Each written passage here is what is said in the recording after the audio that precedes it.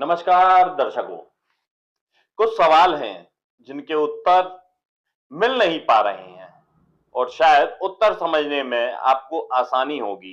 अगर हमारी कोई बंदिशें हैं तो हम भी आपको स्पष्ट रूप से बता नहीं पा रहे हों, लेकिन आप समझ सकते हैं और इशारों इशारों में हम बहुत कुछ समझा सकते हैं।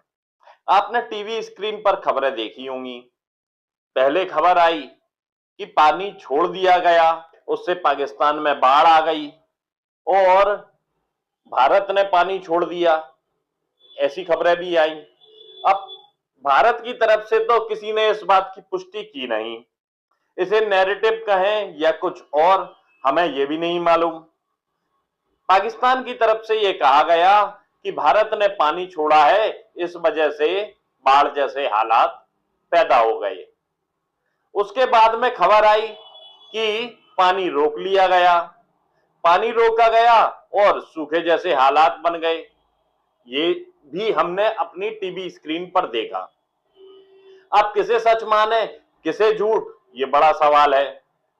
हम या आप स्वयं तो मौके पर जाकर देख नहीं सकते कि क्या हुआ और क्या नहीं हुआ, लेकिन हम अपने प्रधानमंत्री से, अपने रक्षा मंत्री से और अपने गृह मंत्री से ये उम्मीद करते हैं कि वो हमें सब कुछ सच सच बताएंगे।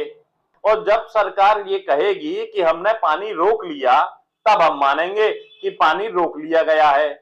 और जब सरकार कहेगी कि पानी छोड़ा गया, तभी हम मानेंगे कि पानी छोड़ा गया है। आमतौर पर ये टीवी स्क्रीन के विजुअल देखकर ये अंदाजा लगाना उचित नहीं होगा कि पानी रोक लिया गया या पानी छोड़ दिया गया, क्योंकि पानी रोकने और छोड़ने दोनों के लिए अलग अलग टेक्निकलिटीज लगती हैं। बहुत जल्दी पानी रोकने का इंतजाम नहीं हो सकता और बहुत जल्दी पानी छोड़ने का इंतजाम नहीं हो सकता। पानी अगर हम रोकेंगे तो हमें डैम की क्षमता का भी आकलन करना होगा, कहीं भी पानी रोकें तो।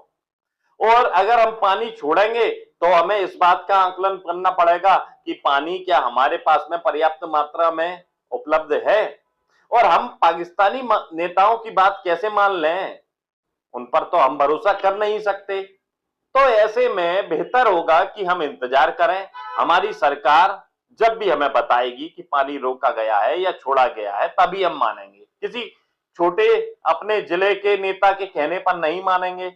जब तक प्रधानमंत्री नहीं कहेंगे नहीं मानेंगे, क्योंकि हमने देखा है कि सत्ता पक्ष के छोटे छोटे नेता अलग अलग तरह की पोस्ट डाल रहे हैं, जिन पोस्टों का बाद में खंडन हो जाता है, जो पोस्ट झूठी पाई जाती हैं। बार बार ये खबर आ रही है कि पाकिस्तान की तरफ से सीज फायर का उल्लंघन किया गया। अब पाकिस्तान कैसे बार बार सीज फायर का उल्लंघन करने की हिम्मत कर रहा है, जब एक तरफ आप देख लीजिए कि पहलगाम हमला हुआ, उस हमले के बाद में अब पाकिस्तान सशंकित है और भारत की कार्रवाई को लेकर थर थर कांप रहा है। दुनिया भर में ये नैरेटिव फैला रहा है कि भारत उस पर कभी भी हमला कर सकता है। भारत हमला करेगा या नहीं करेगा, ऐसा तो भारत की तरफ से किसी ने कुछ नहीं कहा। भारत के किसी जिम्मेदार पद पर बैठे किसी व्यक्ति ने कुछ नहीं कहा, लेकिन पाकिस्तान जगह जगह ये कह रहा है कि उसके ऊपर हमला हो सकता है। ऐसा क्यों? अभी तक हमारे जो प्रधानमंत्री हैं, हमारे जो गृह मंत्री हैं, उनकी तरफ से कोई नाम नहीं लिया गया है कि हमला किसने कराया, किसकी तरफ से हुआ। किसी देश का नाम नहीं लिया अभी तक माननीय प्रधानमंत्री जी ने। नाम तो लेना चाहिए। अब नाम क्यों नहीं लिया गया, इसके पीछे कौन सी कूटनीतिक रणनीति है, ये हमें नहीं मालूम। क्या बातचीत के रास्ते बंद नहीं करना चाहते या बातचीत के रास्ते खुले रखना चाहते हैं, इसलिए नाम नहीं लिया गया?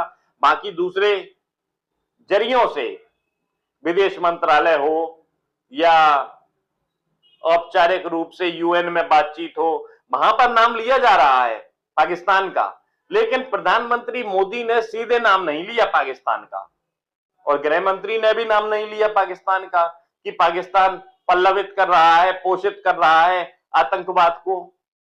नहीं किया ना। तो हो सकता है इसके पीछे कोई कूटनीतिक रणनीति हो। और जो ये खबर आई कि कांग्रेस अध्यक्ष खड़गे ने ये कहा है कि इंटेलिजेंस एजेंसीज को पहले से ही हमले के इनपुट्स थे, तो यदि इनपुट्स थे तो और भी गंभीर बात है, आपको जानकारी थी कि हमला होने वाला है अगर, तो फिर हमला रोकने में सफल प्रयास क्यों नहीं किया गया और पर्यटकों को किसके भरोसे पर छोड़ दिया गया? इनपुट्स मिलने के बावजूद भी अगर लापरवाही हुई तो उसका जिम्मेदार कौन है? तो प्रश्न बहुत सारे हैं जिनके उत्तर अभी तक नहीं मिल पाए हैं। उम्मीद ये करते हैं कि जो प्रधानमंत्री परीक्षा कैसे दें, परीक्षा के दिनों में कैसे पढ़ाई करें, इतना छोटा छोटा सा बारीक ज्ञान देते हैं, वो इस बारे में भी जल्द ही कोई ज्ञान देंगे और बताएंगे क्या था क्या नहीं था, हमला करने वाले कौन थे, कहां से आए, कहां चले गए, आने के बाद हमला करने के बाद उन्हें पकड़ क्यों नहीं पाए। ये सब बातें तो हमें या गृह मंत्री बताएंगे या प्रधानमंत्री बताएंगे। बाकी उड़ती उड़ती जो खबरें आ रही हैं सूत्रों से ये जानकारी मिली, सूत्रों से वो जानकारी मिली, इन सब बातों पर विश्वास ना किया जाए तो बेहतर है, क्योंकि ये सूत्र नैरेटिव बिगड़ सकते हैं। और पाकिस्तान से खासतौर से जो सूचनाएं आ रही हैं वो अविश्वसनीय ही मानी जाए, उन पर विश्वास ना किया जाए। ये संकट काल अगर है तो ऐसे में बेहतर होगा कि हम और आप अपनी सरकार पर भरोसा रखें और किसी नैरेटिव को फैलाने में दुश्मन की मदद ना करें। नमस्कार, मैं सौरभ दुबे।